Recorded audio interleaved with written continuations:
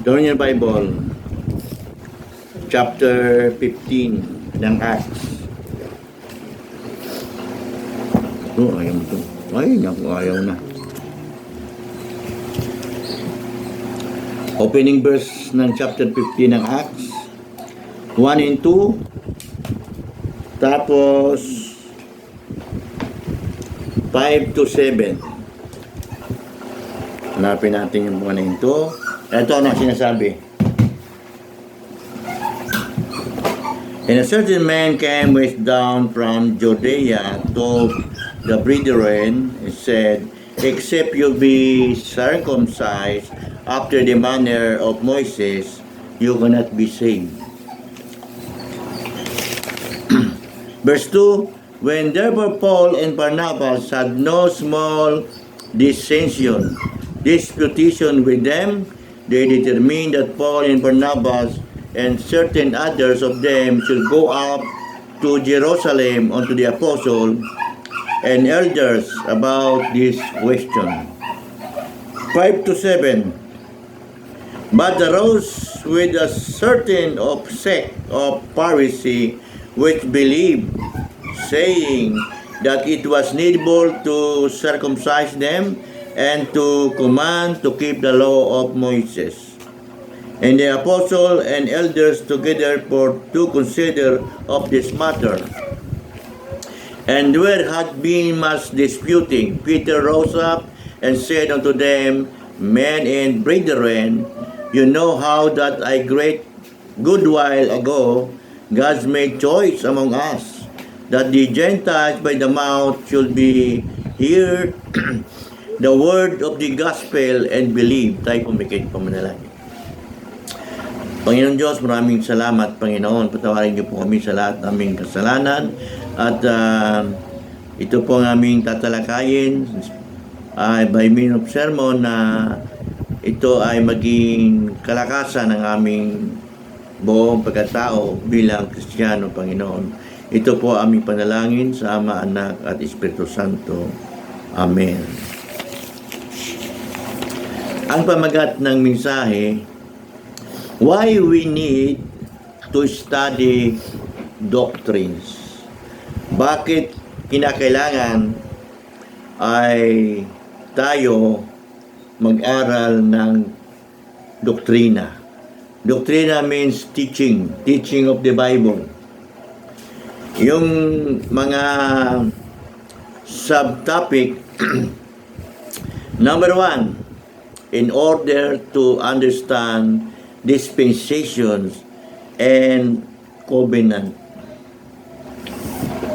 Number 2, yan yung yung dispensation, tapos nila natin yan, mamaya na yan.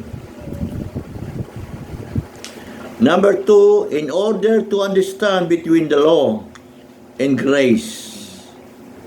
Ayun na nga yung Acts chapter 15, 1 to 24. And number 3, in order to understand an eternal salvation. Makikita po natin yan sa chapter 2 ng Romans 11 to 16. Ayan. Tuloy-tuloy po tayo. Dito sa tinatawag na opening verse natin, ito ay ang nakausap niya dito ay sabi dito sa verse 1, a certain man. Hindi binanggit, basta ibig sabihin, kung ako ang katanungin dito, pamagitan ng Biblia, they are not believer. Sinabi ko doon, and a certain man which come down from Judea told the brethren and said, except you be circumcised after the manner of Moses, you cannot be saved. Pansinin nyo to, no? Ngayon, dito naman sa sa verse 5, ayon sa versikulo, they were believers. Pansinin nyo verse 5. But there rose with certain the sect of Pharisee, which believe, kasi na yung word na believe, say that it was needful to circumcise them and to command to keep the law of Moses. The same argument, but they are different persons. Isang believers at isang unbeliever, ang kanilang raise na issue, sundin ang law of Moses. Ngayon ang ano rito. Yung ating punto rito, in order to understand dispensation and Abrahamic covenant. Ito, hindi ito, at ano natin ito, bali parang hapyaw lang ito, para maano natin, Pag pinag-usapan natin yung dispensation tsaka covenant, itong dispensation ay, ito yung mga bagong insight ng mga nag-aaral ng Biblia. Pero itong covenant, tagal na to. Pero marami nang naniniwala sa dispensation. Dispensationalism view history as a series of distinct period of tests. Yan. Ang tingin ng mga dispensationalism na ang history ay binahagi-hagi o pinagparti-parti ng Diyos yan. Una, innocence. Yan. Makikita natin yan sa Genesis chapter 2. Hindi pa nagkakasala itong si Adam at si Eva. Pangalawa, conscience chapter 3. Fall of man. Nagkasala na sila ron. Pangatlo yan, human government. Panahon ni Noah, chapter 9. Yung pinahintulutan ng Diyos na magkaroon ng hindi paghahari o ano ba tayo, government ng tao ang mag-ano. Pangatlo, Genesis 12. Government promise. Dito makikita natin chapter 12, si Abraham, pinangakuhan ng Diyos. Sumunod ka sa akin, Abraham. Pagpapalain kita. At lahat ng nagpapala sa ipagpapalain ko rin. Ayan. Pagkatapos yung 5, law. Panahon ni Moises. Yan. Chapter 19 ng ano yan. Exodus. Yan ang ano dyan. Tama. Tapos number 6, grace. Andyan na yung ano. Yung grace na yan, makikita natin dyan sa 1:17 ng John. Sabi dyan, ang law ay galing kay Moises, but grace and truth came from Jesus Christ. Pang-6, pang-7, second coming. Isang rapture, isang kingdom. Ang una sa rapture, nasa ere si Kristo. Sa 1 Thessalonians 4, at yun ang king, di ko malaman kung second to o 1 Thessalonians. At yung kingdom, chapter 19, yung kingdom na yan ay yun yung millennium. Ito yung dispensation. Pero pag sinabi natin covenant,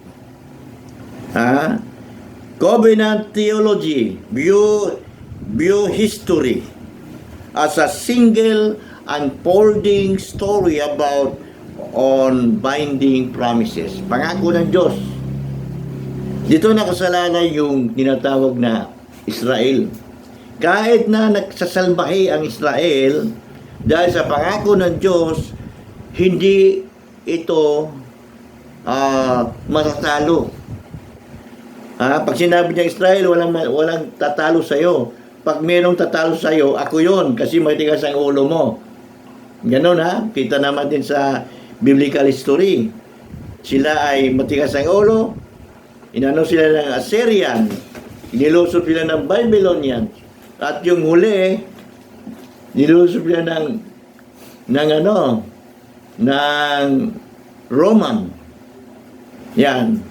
1947 o 1948, saka lang sila nakalambalik sa kanilang bansa. Tuloy-tuloy tayo ngayon, ano? Ito, paapyaw lang. Paapyaw natin to na para maintindihan natin ano yung dispensation is a series of distinct period of test. Banda sa dulo, kagaya ng innocence. Puro parang ang tawag nito, puro kabiguan ng tao. Bumaksak si Adam at Eva. Oh. Sa conscience, bumaksak yung yung innocence, hindi pa sila bumabaksak, pabaksak pa lang.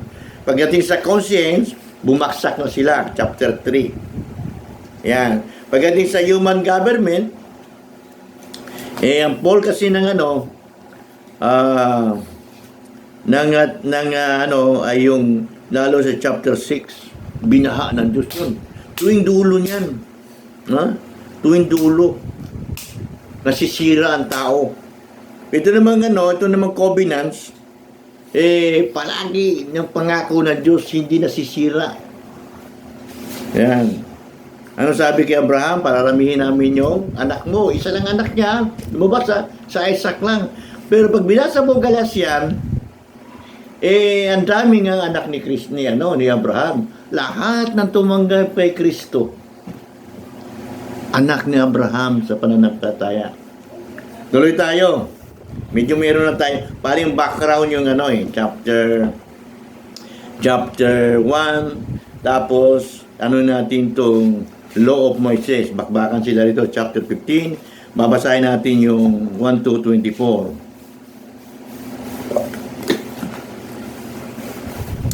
Verse 1. Sabi dyan, certain men came down from Judea, taught the brethren, and said, except you be circumcised the manner of Moses, you cannot be saved. Alam nyo, nasa isip ng rito, ng tao rito, combination of law and grace. Yan. Pag binasa natin yung 117 ng 117 ng John. Ano sinabi dyan? So 1:17. For the law was given by Moses, but grace and truth came by Jesus Christ. Ibig sabihin, magkaiba.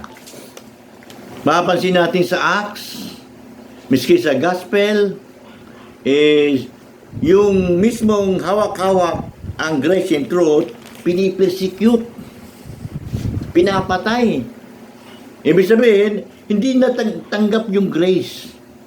Bagamat inano na ni Kristo yung grace, lalo nang mabuhay si Kristo kahit sa patay, lalo lumakas yung grace na hindi sila gumagamit ng ng sandata, kung influensya, pero spiritual. Verse 2, when therefore Paul and Barnabas had no small dissension. Yan.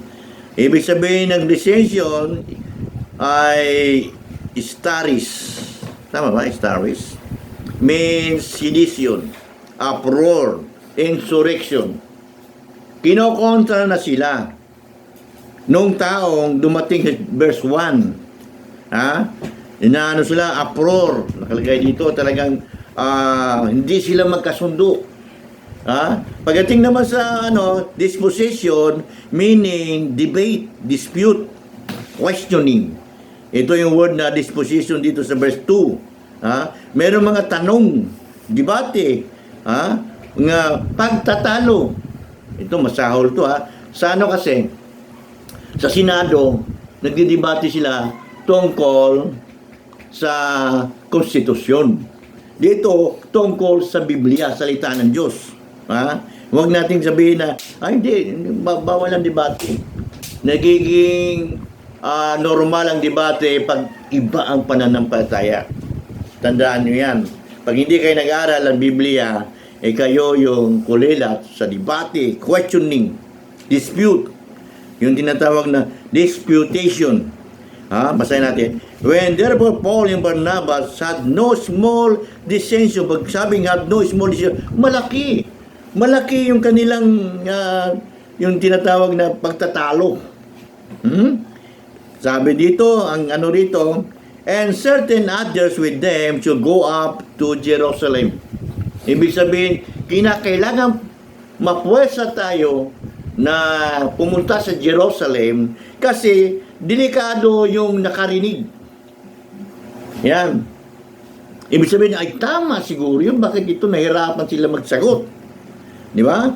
Verse 3, being brought on their way by the church, they passed through Venice and Samaria, declaring conversion of the Gentiles, and they caused great joy unto all brethren. Pansinin nyo rito, no? The word conversion, epistrophe, more meaning a turning about, round, conversion.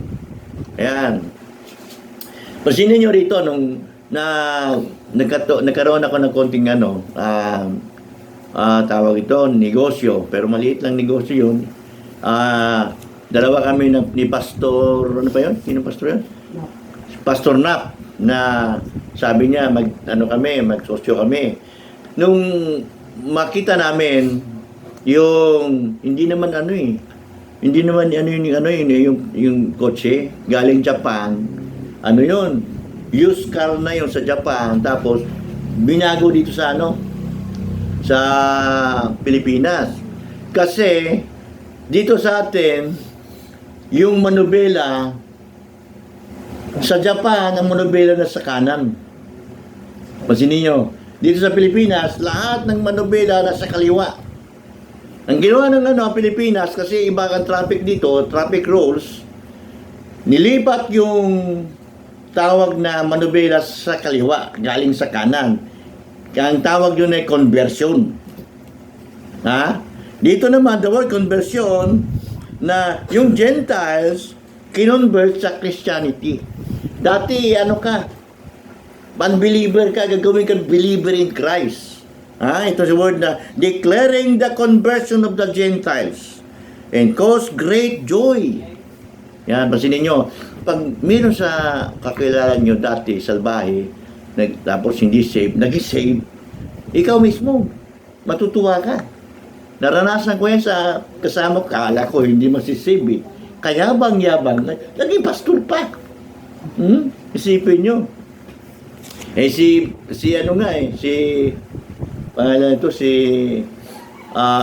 Ang ginamit nun si pastor yung sa Bicol, si Calomos. Kasi isa lang kaming puro gwardiya kami. Ito na. Masipag si Calomos mag-suluwining. Yan si Pastor Ipya. May habang ang dating nun. Sabi ko, hindi masisib yan. Yabang Ngayon na Cebu, tapos yung masigasig. Ewan ko ngayon, baka malaki na ang simbahan nun.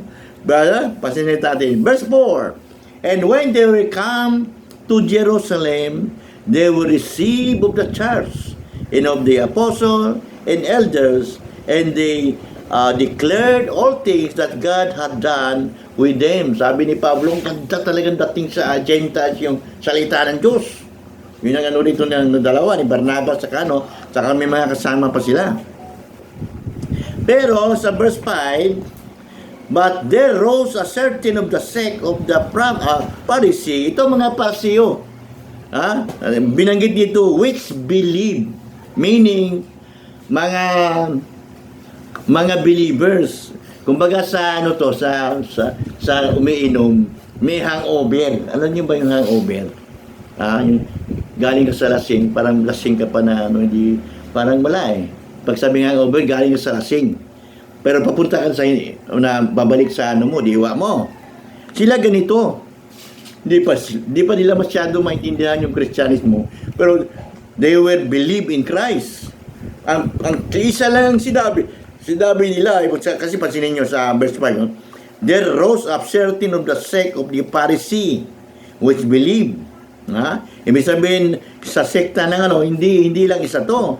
Ang kanilang command, sabi dito, ang kanilang sinasabi, that it was needful to circumcise them. Lahat ng sumampalataya kay Kristo dapat tuliin. Sino bang hindi tuli dito? And to command to keep the law of Moses. Alam niyo word na keep dito, proneo, military term. Parang sinabi rito ay yung keep dito ay guard. Aba, guardyahan mo tong protektahan mo tong sa law of Moises. Ito ibig sabihin ito Ibig sabihin, huwag niyong walain ito. Protektuhan nyo itong law of Moises. Matindi. Di ba? Ang rito. Kaya dito, sa verse 6, ang sabi dito, sa verse 6, pansinin nyo, and the apostle and elders together to consider of this matter. Ibig sabihin, nag-meeting itong together, itong apostle and elders. The word consider in verse 6 meaning horaw. Sa Greek word means to see. Tignan natin ang magagawa natin dito. Nagawa-away na itong mga believers. Isang nanimbala na hindi, totally wala na yung Moises. Ito namang isa, hindi. Malaki problema to. Kaya dito, sa verse 7, pansinin nyo sa verse 7, ano nangyari? Ito, opening verse natin to And when there had been much disputing, Peter rose up and said unto them, men and brethren, yan, mga kapatid ko sa pananampalataya, you know how that a good while ago, God made choice among us. Tayo pinili ng Diyos. That the Gentiles by my mouth, ang tinutukoy niya dito, kukwento ko na lang sa chapter 10, 1 to 6, 10, 15 to 22, yan ang rito, kukwento ko lang yung chapter 10 na yan, na sa experience ni ang tawag ito, ni Peter, mismong sa kanyang bibig na nagsasabi kung ano yung Kristyanismo, na tanggapin mo si Kristo, naniwala naman yung mga Gentiles. Kaya sinabi niya rito, that the Gentiles by my mouth, last stanza, should hear the word of the gospel and believe. Narinig nila yung ebanghelyo ni Kristo at sila'y nanampalataya. Verse 8, and God which knoweth the hearts. Ang Diyos ang nakakalam kung ano ang nasa puso mo. Bear them witness, giving them the Holy Ghost. Binigyan din sila ng Holy Spirit. Even as He did unto us, kagaya na ginawa sa atin ng Diyos. Lahat ng believers, pag tumanggap kay Kristo, meron siyang Spirit of God. Paano natin malalaman yan? Ano sabi dyan? Basahin natin yung chapter 1 Corinthians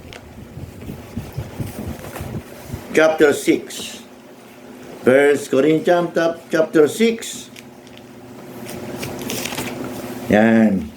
Siguro parang hindi ako nagkakamali, mga 19 siguro. Tingnan din natin kung kaya pa ba ng Yan naalala ko. Chapter 6. Hanggang na yan, chapter 6 hanggang 19. Ayan, 19 nga.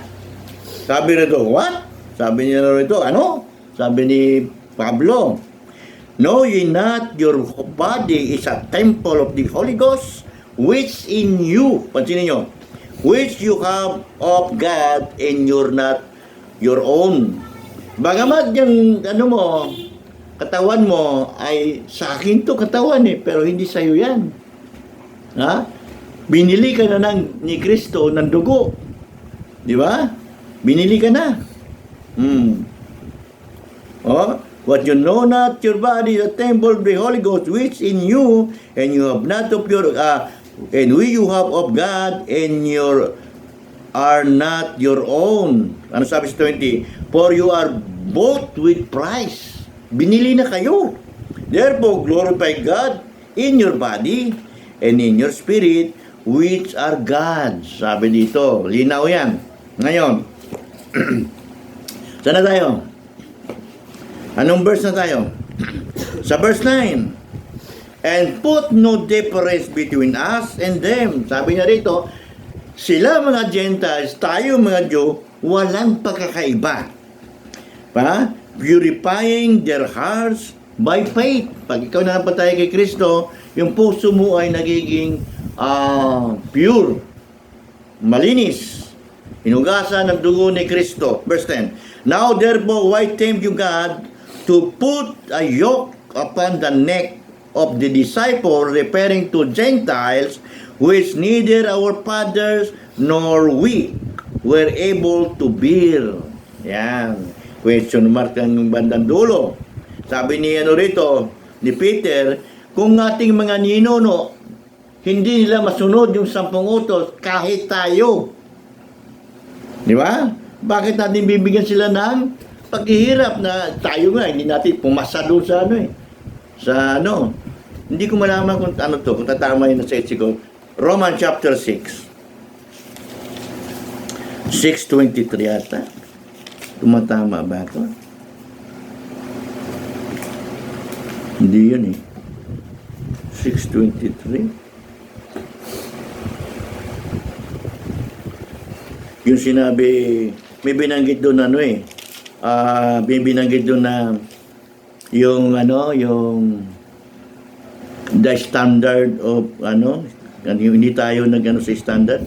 We cannot glorify God because the standard of God hindi natin ma-achieve. Yun ang dyan. Hindi ko na tingnan natin mamaya kung maalala ko. Patuloy tayo. Tayo sa verse 10. Now therefore, verse 11.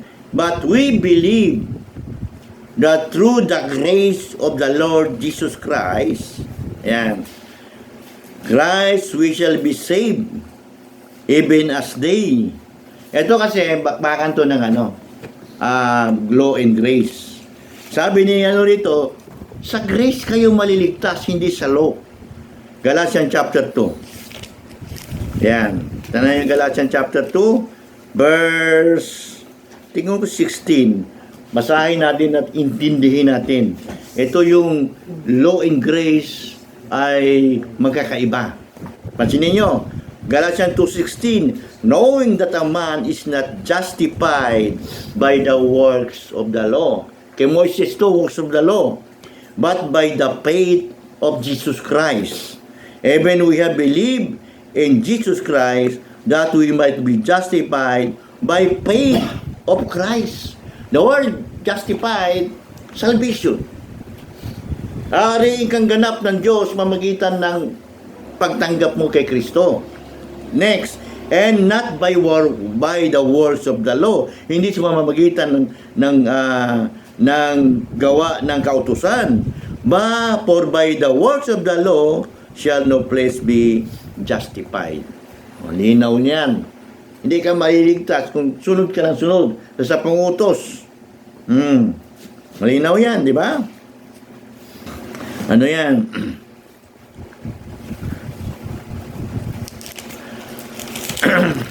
Sana tayo.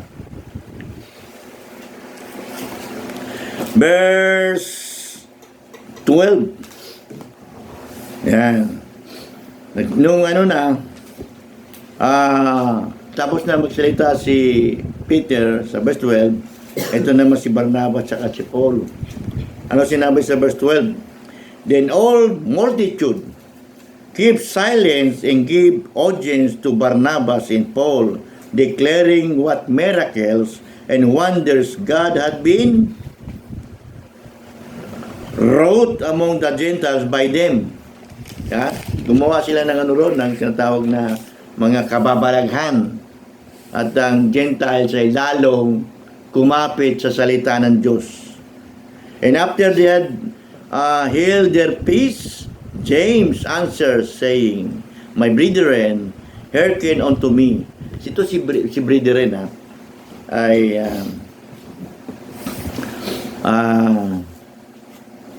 nagsalita. Si Pablo nagsalita rito. Pansinin nyo si James. Gusto ko lang i-emphasize dito. Kinataak natin yung law and grace. Ano bang diferensya ng grace sa law? Ito si James chapter 2. Meron sa dineclare ito sa last verse yata. Yan. Sabi dito,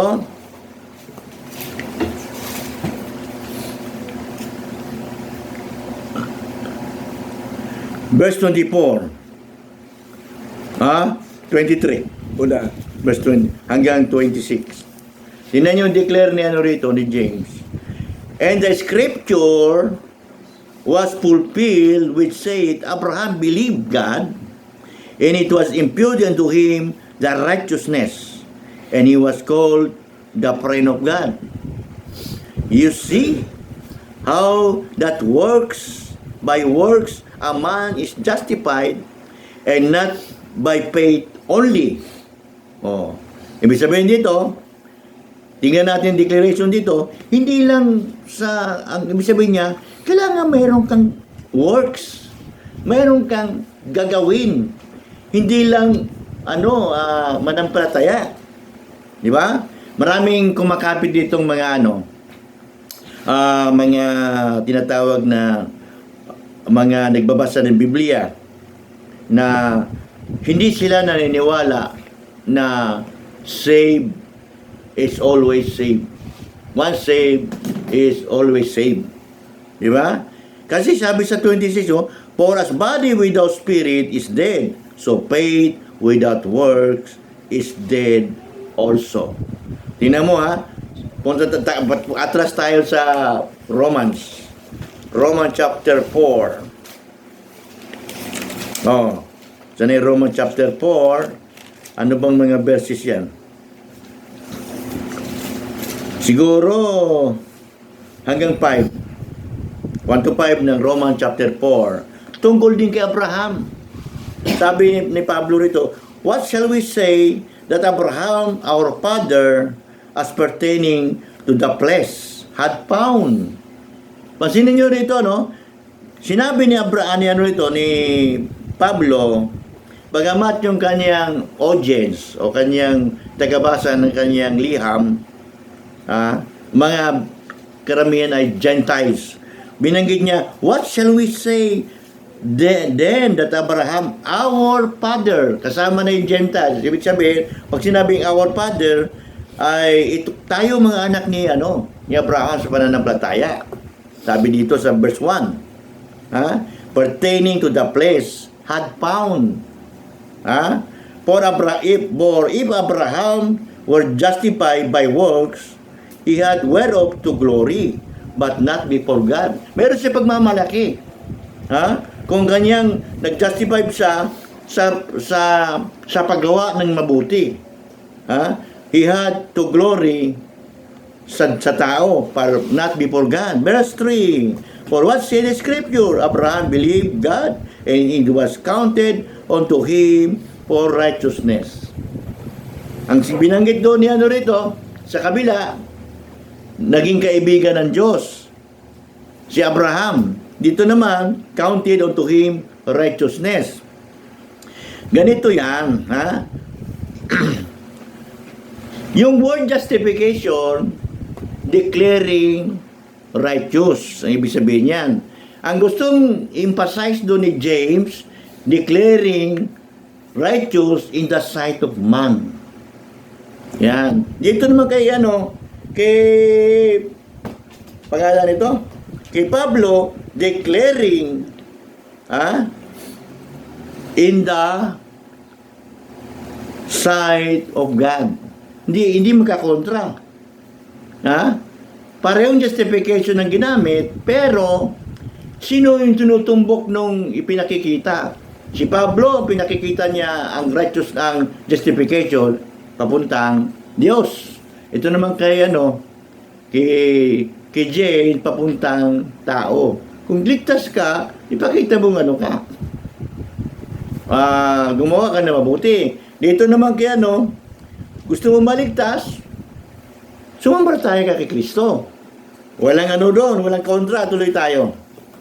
Inaano natin dito sa pangalawa na kailangan na maintindihan natin law and grace. Di ba? Ano pa kakaiba niyan? Ano ba pagkakaiba niyan? Yung yung grace kasi, Binasa natin kanina, for the law was given by Moses, but grace and truth, yung teaching. Iba yung teaching ng law, iba yung teaching ng tinatawag na grace. Pag pinag-usapan natin yung yung Biblia, hindi na uso ang ang law. Kasi yung law hanggang Malakay lang yan. Ang grace, simula sa tinatawag na Mateo, ang umpisa kasi niyan yung nung pagkaano ni Kristo pagkabuhay galing sa mga patay. Pero yung libro ang pag-usapan natin, galing kay Mateo hanggang Revelation, yun yung gumagamit ng grace para maligtas ka. Ibig sa tayo ngayon, sakop tayo ng grace. Kaya hindi na uso yung tinatawag na law. Yan dito. Sana tayo. Verse 14. Sabi si 14, nagkasalita rito si para mano natin dito. 14 na lang. Si na nagsasalita, si James.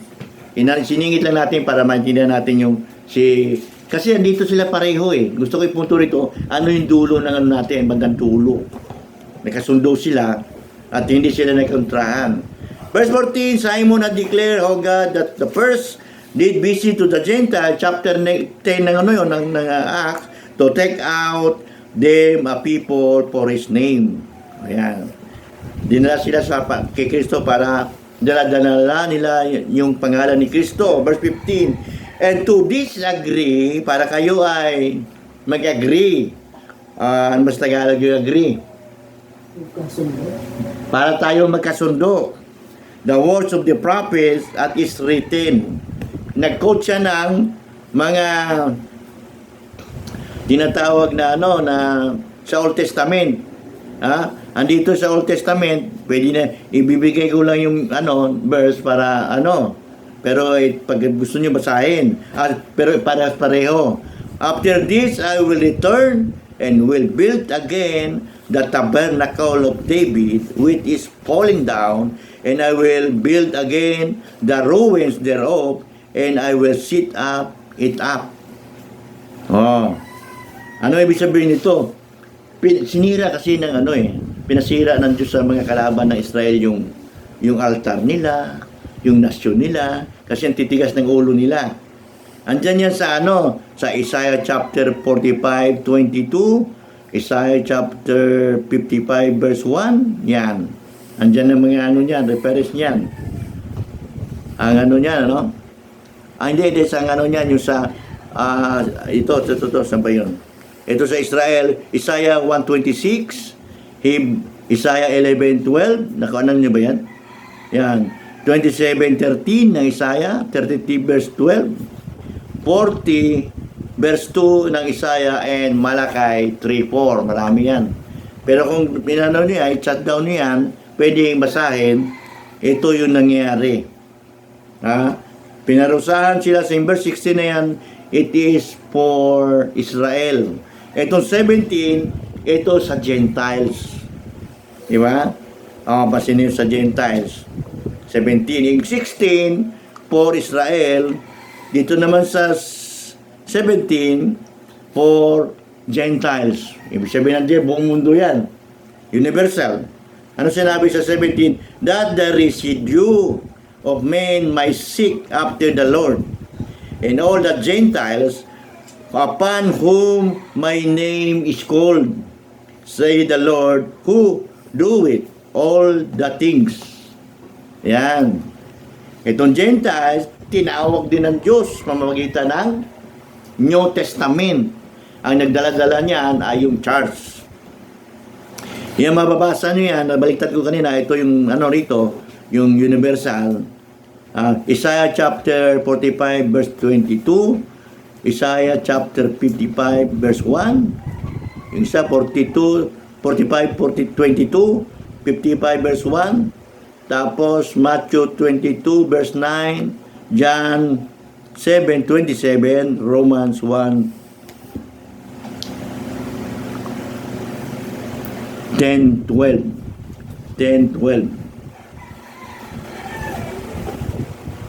Romans 1, 10 and 12. 10 and 12. Yan. Yan ang ano dyan. Tuloy tayo, verse 18. Known unto God, 18. Known unto God one of His works from the beginning of the world. Yan. Nagkukwento rito si tinatawag na si James. Hindi sila nagkakontrahan ni Pablo kasi pareho sa sumulat ng epistle eh. Ang pagkakaintindi lang ng tao, akala nila magkakontra. Verse 19, wherefore my sentence is that we trouble not them which from among the Gentiles and turn to God. Sila ay pumunta na sa Diyos, huwag natin istorbuhin. Pagligtas na, huwag nyo nang nagdagan kung ano-ano ng mga buloloy. Verse 20, but that we write unto them that they abstain from pollution of idols. Other word idols, Josan, and from things strangled and from blood. Verse 21, for Moses of all time had every city that them preach him, being read in the synagogues every Sabbath day. Ito, ginawa ni James dito, inano niya rin yung Old Testament.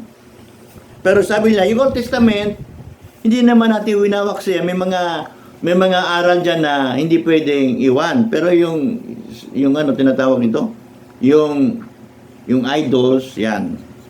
Pasok yan. Yan. Parang sa yan pagka nirevisa yung tinatawag na constitution, ang dinaalis dyan, yung maternal, yung family. Paano mo, yung family? Yung Diyos, hindi na yan. Hindi tinatanggal. Ano ba? Constitution 1937, yung isa, 1973 ata, tapos 1987. Ngayon hindi inaalis yung tinatawag na yung paniniwala sa Diyos at yung paniniwala nila sa pamilya. Pero sa iba na yan. Ngayon, sa verse 22, pasinin sa verse 22, then please it to the apostle and elders with the whole church, to send chosen men of their own company to Antioch with Paul and Barnabas, namely Judas, surnamed Barsabas, and Silas, chief men among the brethren. Ang sabi niya rito ng mga apostoles, pasinin niyo sa verse 2, then please it the apostles. Or what is mean by please? Nasiyahan. Iba, okay. Walang kontra. Kasama na si James at si Pablo. Wala nang kontra. Lahat pati yung believers na mga dating Pharisee, tumahimik na. Ano na sila ron? Okay na sila. Verse 23, and they wrote letters by them after this manner. The apostle and elders and brethren sent greeting unto the brethren which are in the Gentiles in Antioch and Syria and Cilicia. For as much we have heard that certain which went out from us have troubled you with words, submerting your soul, saying, you must be circumcised and keep the law, to whom we give no such commandment. Pansinin nyo, hindi kami nag-utos na ganun. Yung pumunta sa inyo, walang paalam sa amin at hindi namin inutusan yan. Verse, na tayo? Hanggang 22 lang pala tayo. 24. Ngayon, sa pangatlo natin, anong oras na? Sa pangatlo natin. Yan, 44 na. Malapit na tayo matapos. Sa ating rito, sa ating in order to understand eternal salvation. Kaya turn your Bible, Romans 2, 11 to 16. Sa Romans chapter 2, 11 to 16, mayroong tatlong paniniwala. Yung dalawa dyan ay hindi na tinatanggap ng Diyos, kundi yung pangatlo ang tinatanggap. Pansin niyo, for as many have seen, 11, for there is no respect of person with God. Ibig sabihin ng Diyos dito, ang pagdating sa ganyan, Pantay-pantayan. Kung talagang mali ka, mali ka. Kung tama ka, tama ka. For as many as you have seen without law, also shall perish without law. Yung mga taong hindi pa nakakarinig ng 10 utos, sabi dito, shall perish without law. And so many as we have seen in the law shall be judged by the law. Ibig sabihin, kung ikaw ay paniniwala mo pagsunod sa 10 utos, ay ibabasihan natin yan kung masunod mo yan. Sabi sa verse 13, close parenthesis, hanggang 15, naka-close parenthesis yan, for not the hearers of the law are just before God, but the doers of the law shall be justified. Kailangan tatalimahin mo yung 10 utos. Ang tanong, simula ba nung ikaw nagkaisip bilang bata at alam mo na yung kasalanan, hindi ka nakasala? Oh, nakasala. Ayun ang problema dito. For when the Gentile which have not the law do by nature the thing contained in the law, this having not the law are law unto themselves, which show the words of the law written in their hearts. Verse 15 na tayo. Their conscience also bearing witness, and to their thoughts the meanwhile accusing or else excusing one another. Verse 16, wala na yung close parenthesis. In the day when God shall judge the secrets of men by Jesus Christ according to my gospel. Alam nyo, may babasahan yung konti dito. Ilang verses lang dito. Na wala talagang pag-asa pag ikaw ay ang paniniwala mo ay law of Moses. Di ba? Wala pa si law of Moses sa Genesis chapter 6 verse 5. Ano sabi ng Biblia? And God saw the wickedness of man great in the earth, and the every imagination of the thoughts of his heart was evil continually. Tingnan nyo wala pa yung baha dito. Galit ng Diyos kasi lahat ng tao ay makasalanan. Psalms 53 verse 3, every one of them is gone back. They are all together become filthy, madumi. There is none that do it good, no, not one. Ito katumbas nito ay chapter 3 ng Romans 3:10. Psalm 64:6, we are all as an unclean things.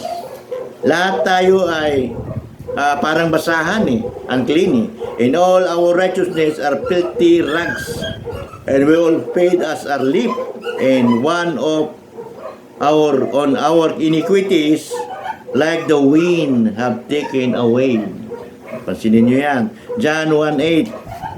1 John 1:8. Tingnan nyo walang pag-asa pag kayo ay hindi tumanggap kay Kristo, kasi hindi natin masusunod yung yan tinatawag na 10 Commandments Sabi sa 1 John 1:8, if we say that we have no sin, we deceive ourselves, and the truth is not in us. Kita mo? Pag sinabi mo wala kang kasalanan, niloloko mo sarili mo. Ang katotohanan, wala sa'yo.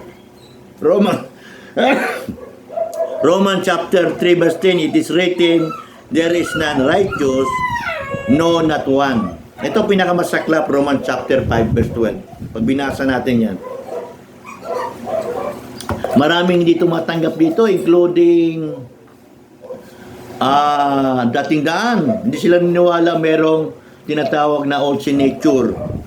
Sabi sa verse 5, wherefore as by one man sin entered into the world, so death passed upon all men, for all have sinned. May narong mana. Mayroong binamana tayo dito. Kaya ang gagawin natin dito, basahin pa natin iba kasi conclusion na tayo chapter 8 ng Romans. Malapit na tayong matapos. Chapter 8 ng Romans 1 to 4. Pansinin nyo. Dito sa verse 1 lang, ganda-ganda na ng verse There is therefore now no condemnation them which are in Christ Jesus.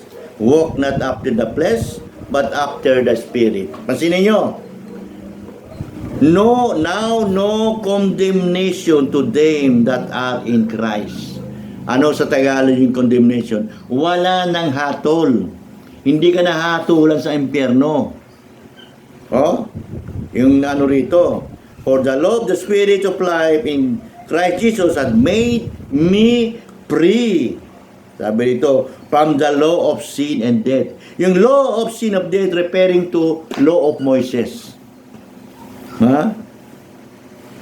Kasi pag sinabi ng huwag kang magsugal, nagsugal ka, sin. Okay, pag ikatumbas ng halimbawa, nakalagay doon ay batuhin ka, ay patay ka, death. Ha?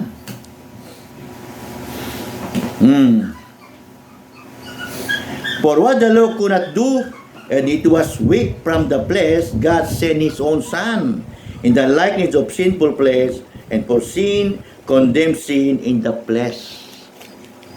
Verse 4, that the righteousness of the Lord might be fulfilled in us, who walk not after the flesh, but after the Spirit. Maraming hindi naniwala na ang believers ay hindi nasakop ng Moses law. Yan, hindi na tayo sakop pagdating sa salvation. Pero pagdating sa sanctification, gumawa ka pa rin ng mabuti kasi ligtas ka na. O, tingnan natin. Chapter 9 ng 33 hanggang 37. Chapter 9 ng Romans. Ito na pa yung kasi alam nyo pag rito. Dito. Ang believers ay hindi na talaga yan. Chapter 9. Chapter 8 pala. 33 hanggang 37. Hindi, hanggang 39 na lang tayo para mas maganda. 33, ano sabi dyan? Who shall lay anything to the church of God's elect? Sino yung mag-ano sa atin? Magbibintang? O para tayo madali? Who shall lay anything to the church of God's elect? It is God that justified. Ang Diyos na kasabi na wala kang kasalanan. Sino magkasabi pa sa inyo na meron kang kasalanan, hindi ka ligtas? Who is he that condemned? It is Christ that died, rather, that is rise again. Inundi na siya, pero nabuhay magmuli. Who's even in the right hand of God, who also make it intercession for us. Sabi sa 35, who shall separate us from the love of Christ? Sino yung magpapahiwalay sa atin sa pag-ibig ni Kristo? Shall tribulation, or distress, or persecution, or famine, or nakedness, or perils, or sword? It is written, for their sake we are killed all the day long. We are counted as a sheep for the slaughter. Ano sabi 37? Nay, in all these things we are more than conquerors through Him that love us. Sabi sa 38, for I am persuaded that neither death, nor life, nor angel, nor principalities, nor powers, nor things present or things to come, nor height, nor deep, nor any other creature. The word, no other creature, kahit na anong klaseng, yan, na creature, tao, hayop, hindi pwedeng makialam sa the love of God. Di ba? Ano ba yung love of God dito? Yung sinasabi, for God so loved the world. Yung love na yan, pagbanda sa dulo, for those who believe in Him should not perish. Ibig sabihin, ito yung tinutumbok ng salita dito. Sabi pa dito, balikan natin 13. For I am persuaded that neither death, nor life, nor angel, nor principalities, nor power, nor things present or things to come, nor height, nor deep, no any other creature shall be able to separate us from the love of God which is in Christ Jesus our Lord. Kaya yung rito, para maintindihan natin to, wala nang mapaghihiwalay sa believers papuntang impyerno, kundi ito'y nakatak-in, nakaglue, nakasilyado, nakasigurado na papuntang langit. Tayo pumikit upang manalangin. Panginoon Diyos, maraming salamat sa mensahe na naintindihan po namin yung 7 dispensation, yung law and grace nagkakaroon ng siraan, pero ang mananalo rito ay grace patungkol sa salvation. At yung covenant naman ay yun yung agreement ng Diyos sa tao. Kung sundin mo yun, hindi ka pababayaan sa pangako ng Diyos. Maraming salamat sa pamamagitan ng Ama, Anak at Espiritu Santo. Amen. Thank you. Salamat.